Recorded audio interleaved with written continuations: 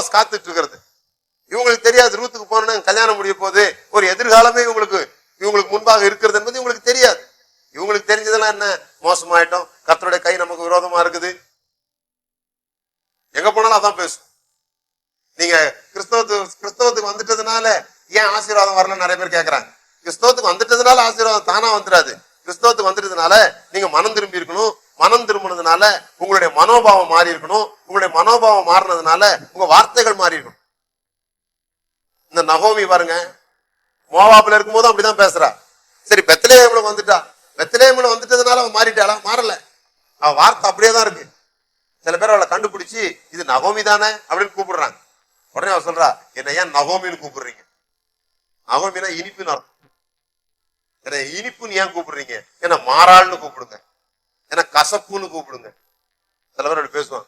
நான் பயங்கரமான அதிர்ஷ்ட கட்டங்க, நான் உண்மையத்தான் சொல்றாங்க பார்த்தா, நான் உப்பு விற்க போனா மழை பெய்யும், நான் மாவு விற்க போனா காத்து அடிக்கும், அவ்வளவு பெரிய அதிர்ஷ்டசாலி நான் அப்படின்னு.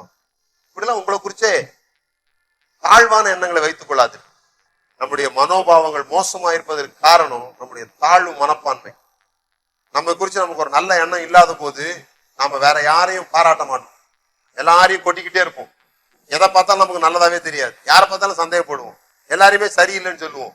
இந்த காரியங்கள்லாம் உங்கள்கிட்ட இருந்தா நீங்க கண்டுபிடிச்சுக்கோங்க. இதெல்லாம் சிம்டம்ஸ், வியாதி இருக்குதுன்றதுக்கான அறிகுறி. இதெல்லாம் எப்ப பார்த்தாலும் மற்றவங்களை மட்டம் தட்டி பேசுறீங்களா?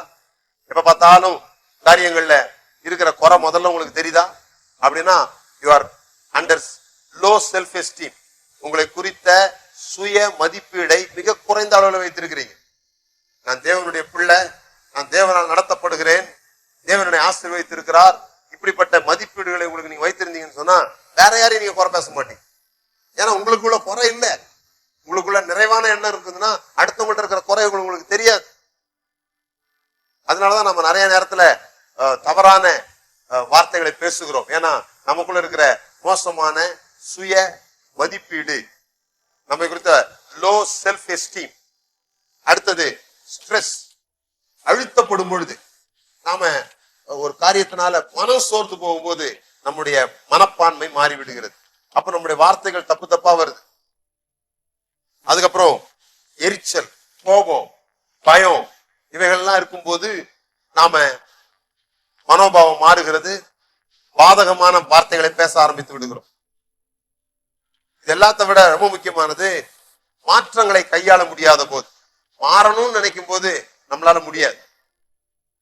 அது இடமா இருக்கலாம், குணமா இருக்கலாம், ஃப்ரெண்ட்ஷிப்பா இருக்கலாம். ஒரு மாற்றம் வரும் பொழுது நமக்குள்ள பயங்கரமான தயக்கங்கள் வந்து விடுகிறது. இவைகளெல்லாம் தூக்கி எறியுங்க.